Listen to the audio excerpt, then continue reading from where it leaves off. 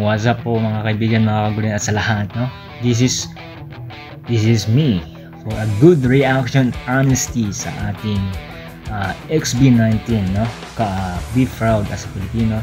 Proud po tayo na meron tayong para sa akin, K Pinoy, no? Pag sinabing K Pinoy, K kagaling, K ka-talented, K kakayahan, Pinoy, diba? Pinoy, diba? Tayo mga Pinoy, diba? And isa din sa ating mga ganitong talent na music, singing, dancing, acting, and lalong-lalo na rin, no? Sa kumbaga malikhain at madiskarte, at siyempre din lalong-lalo na hindi sumusuko sa laban, lalo na sa mga pangarap.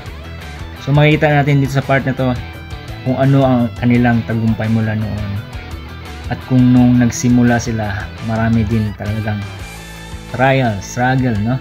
Naranasan nila. So kumbaga dito sa part na to, para sa akin, pasensya na rin kung walang sounds nito. Nilagyan ko lang din ng sounds na kumbaga pang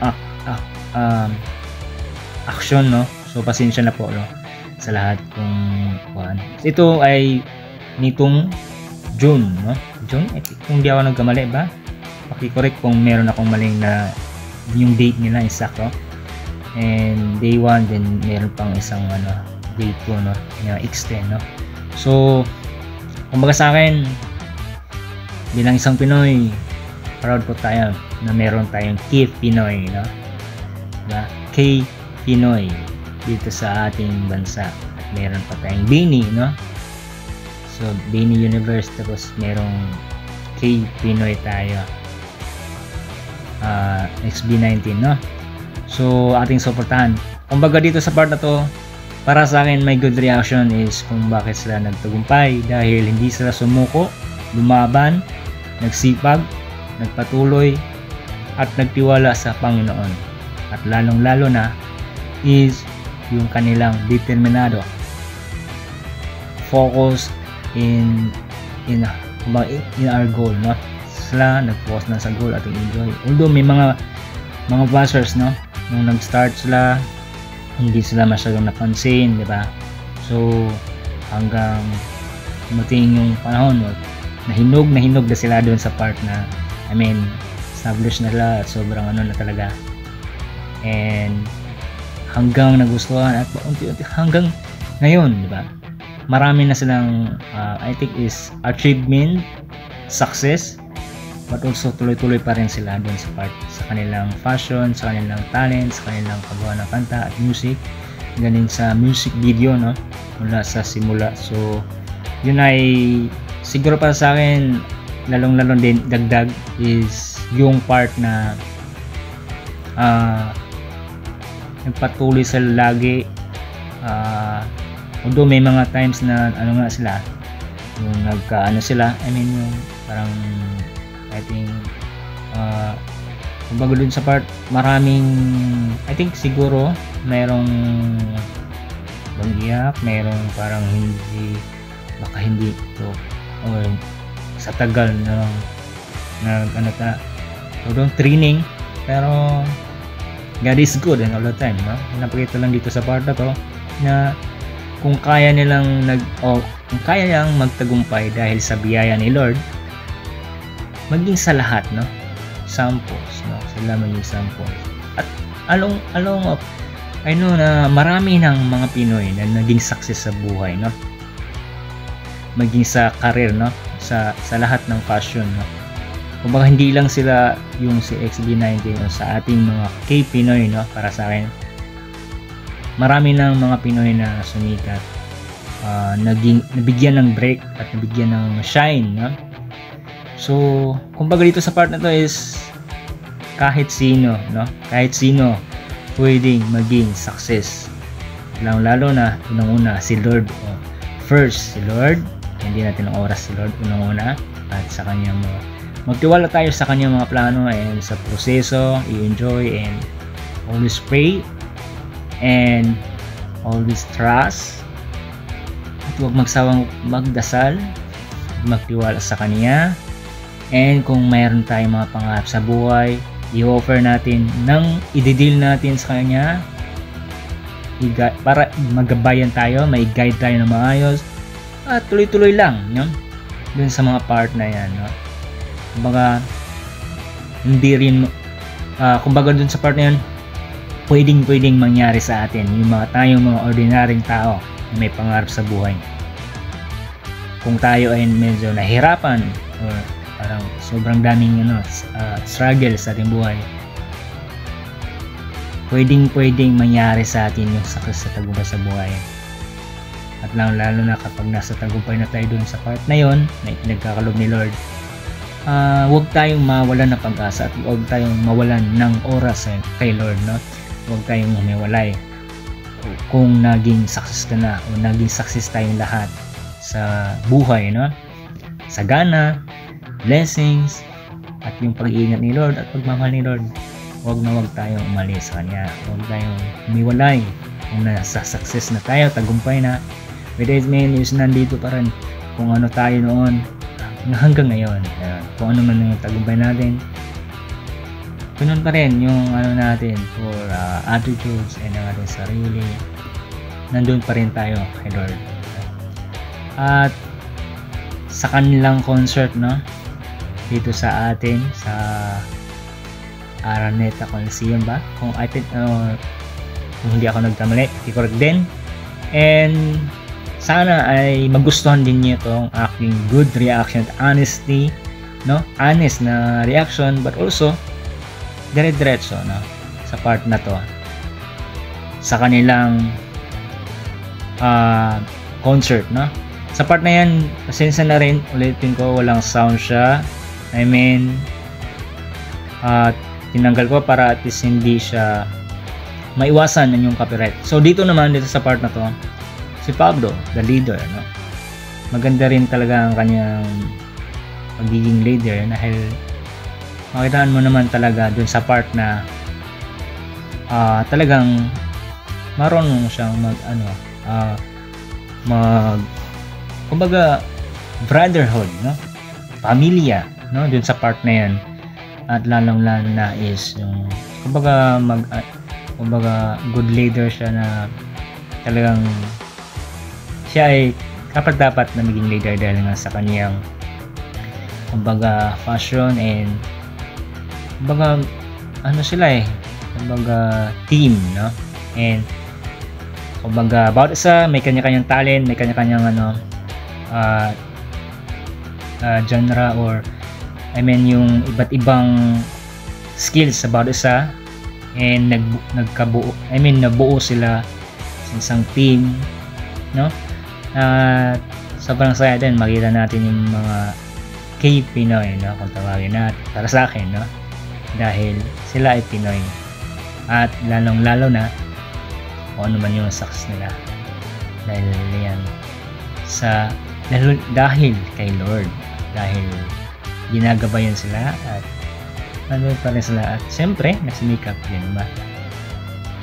At ang lalo kung bakit ang para sa akin din dagdag din ulit yung magiging leader ni Pablo is leadership, good leadership, at siyempre kumbaga yung kanyang cooperation and rin matalino, no?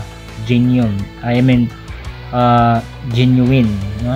Yung talagang marunong siya makinig para sa kanyang mga grupo, members, and talagang nagkakaisla at nagkakaunawaan dahil nga sila naman yung noon pa at una na nag-training, no? Kumbaga marami nang nangyari and naging closer, naging brotherhood, naging pamilya, kapatid, kaibigan, katrabaho, ka-team, ka-member, and at lalong-lalo na yung pagiging niya, yung pinagkakaluban sa ni Lord ng wisdom, no? Yung encouragement, yung faith kay Lord, no? At yung relasyon kay Lord. Kaya para sa akin yun yung naging kay Pablo, no? At lalo yung mapagmahal sa pamilya, at sa kanyang mga kaibigan, kapatid, ka-member dito sa part na to. May good reaction, honesty din sa kanilang concert. Napakaganda, napakaangas, amazing, international, no? Yung kanilang concert talagang pinagandaan, pinag-isipan, at lalong-lalo na sobrang wow. Kahit di man ako nakapunta, and ito yung kumbaga nag-reaction, no? Nagbigay ng good reaction, honesty as a reactionist, no? Napakaganda, napakaangas din ng mga music. Talagang madadala, mapapainda ka kahit bata, matanda, at kahit sino, no? Kahit ibang bansa, di ba? Talagang napakagaling, no? Yan ang gift of God, no? Blessings, yung talent, no? Skills na pinagkakalob ni Lord sa membro, sa lahat ng team, no? Sa lahat ng staff, no? Kumbaga XB19 at sa lahat ng bumubuo nito sa kanilang concert.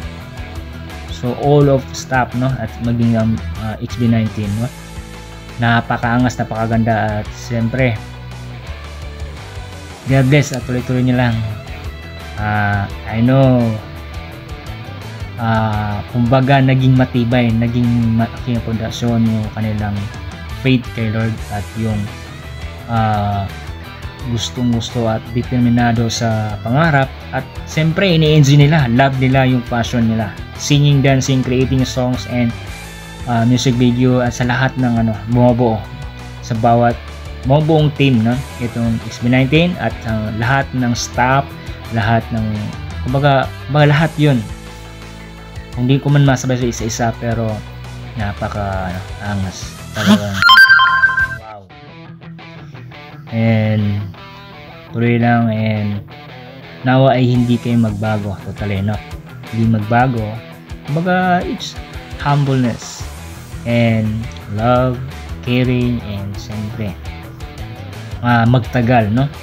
Strong na grupo, no? Strong na members and team, no? Lahat sila as a team, as a group, dahil kumbaga napakarami ng humanga.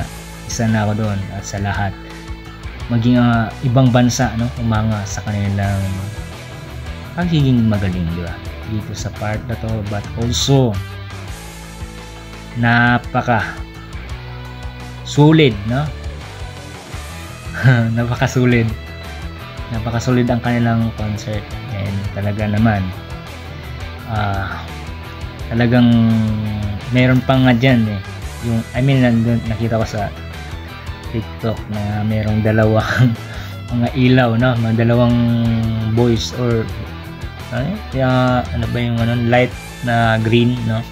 Ako saan natatawa ako din talaga, pero kumbaga na-inspire din sila, no? Kumbaga ganun ka kapag mayroon kang iniidolo talaga, alam mo yung fanboy, fangirls, and maging sa lahat, no? Na maging kumbaga nandun yung love nila sa mga iniidolo nila, no? Kumbaga gagawin, di ba? It comes of yung tinatawag na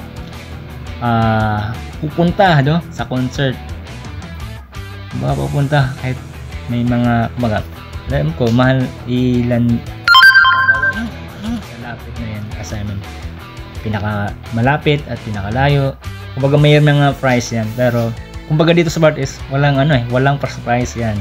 Kumbaga pag fanboy ka, fangirl, idol mo yan, or pupunta, gagawa ng paraan talaga. Ganun ka, kumbaga solid din naman talaga kanilang kuhan. As a Pinoy, no, napakaangas ang ating K-Pinoy, no, kung tawagin para sa akin, K-Pinoy, dahil din naman ko pwedeng masabi natin K-pop sa Korean kasi yan pero para sa akin K-Pinoy, dahil nga sila ay Pilipino, no? Sila ay laking Pinoy, no? Laking bansang Pilipinas. So, we are proud, no? As a Filipino, napakarami ng nagtagumpay. Iba't iba mang paligsahan, iba't iba mang kumbaga iba't ibang naging shine nila sa buhay, no? Sa career, no? Bagkus yung tinatawag na mahalin natin ang ating bansa, mahalin natin ang ating mga talentadong Pinoy, mga may talent, skills, and siyempre yung nagbibigay ng kumbaga pangalan sa ating buong mundo, no? Pacquiao, si iba pa isa yung marami na Yolo, si Diaz, tapos si Sopronio, at lahat, marami pang naging kumbaga nagbigay ng pangalan sa ating bansang Pilipinas, kumbaga iba't ibang larangan ng skills, talent, kumbaga matawag nating ipinagmamalaki natin lagi yung kanilang narating, but also yung dahil nai-introduce yung ating bayan o ating Pilipino, ating Pilipinas, ating lugar, dahil na merong mga magaling, sikat, at napakaganat ang paangas, no? So tuloy-tuloy na ang God bless po sa SB19 at napakaraming kumbaga hinahangaan kayo, maging bata din so good luck at marami pang concert, no? Hindi lang to magtatapos bagkos, tuloy-tuloy yung concert, yung mayroong mga surprisings na concert and tour sa buong mundo, no? And siyempre napakarangas talaga po mang concert, kaya sarap makapunta, but wala tayong pero ang magagawa ko lang is suporta as a good reaction, honesty, na may bibigay ko na yung part na magagawa ko as a vlogger, as a small YouTuber, no? And SB19 simula, wakas, world tour, Singapore. Wow, diba? So amazing, no? So kung nagustuhan nyo ang aking content as a good reaction at honesty, dahil kay Lord, no? Kay God, yes, kay Lord, kay God, napakabuti ng Diyos. At kung nagustuhan nyo, paki-like, paki-comment, and siyempre lablabin nyo na ako ng marami pa, no? Suportahan at subaybayan at samahan nyo ako sa aking journey na aking pag-vlog, no? Maraming po salamat sa lahat naka-appreciate mula sa simula at mga tumulong sa akin, at marami pong salamat sa lahat na puntahan ko, iba't ibang team, no? Sa YouTube, no? YouTube industry or sa YouTube social media, no? So kumbaga napakaraming nakilala, but also is dyan lang sa YouTube, but also maraming po salamat sa mga old followers, no? Mula sa simula hanggang ngayon nandiyan kayo, at yung mga bago na mga followers, maraming pong salamat. And sabay-sabay tayo mangarap at magtagumpay sa buhay na kasama si Lord. Huwag po tayong umalis at huwag po tayong umiwalay sa Kanya, no? Bagkus magbigay po tayo ng oras. Maraming po salamat. God bless po sa bawat isa. Pasensya na kung medyo nalilate at hindi po ako makapag-live ng talagang totally, no? Kasi talagang na rin pag mga ganitong mag-aabang ilitan, pero God is good and all the time, kasi nagagawa ko pa rin dahil sa biyaya ni Lord, hindi dun sa aking kakayahan, bagkus sa kaniyang kabutihan. So maraming po salamat sa lahat. I hope na magustuhan nyo itong aking good reaction at honesty sa ating K-pop Pinoy o K-Pinoy XB19. So God bless, marami pong salamat sa lahat, and huwag niyo kalimutan mag-suporta sa akin at mag-follow, at kung hindi pa kayo naka-follow, naka-subscribe, mag-subscribe na kayo at lablabin nyo na ako, mahalin nyo na ako. Yan, gaya ng pagmamahal ninyo o gagaya ng pagmamahal ni Lord sa ating lahat. So maraming po salamat. God bless po sa bawat isa. And sabay-sabay po tayong mangarap. Salamat. Sabay-sabay po tayong mangarap at magtagumpay na kasama sa Lord. Salamat po din sa lahat ng nakasuporta. 2,100 plus na po sa subscribers, followers sa YouTube. So maraming pong salamat sa lahat. Hindi po ako makakarinig ko at hindi po ako makakapunta sa kung ano ako at ano yung kalalagyan ko ngayon. Nagpuso na una sa inyo rin, mga followers, mga kababayan, mga ka-golden at mga ka-boom at sa lahat ng tao sa buong mundo. Ano? Maraming pong salamat. God bless po and sabay-sabay po tayo thank you lagi ni Lord. Ito sa amin, Lord. Mapit na magbigay po sa inyong oras at sambahin siya. God bless po.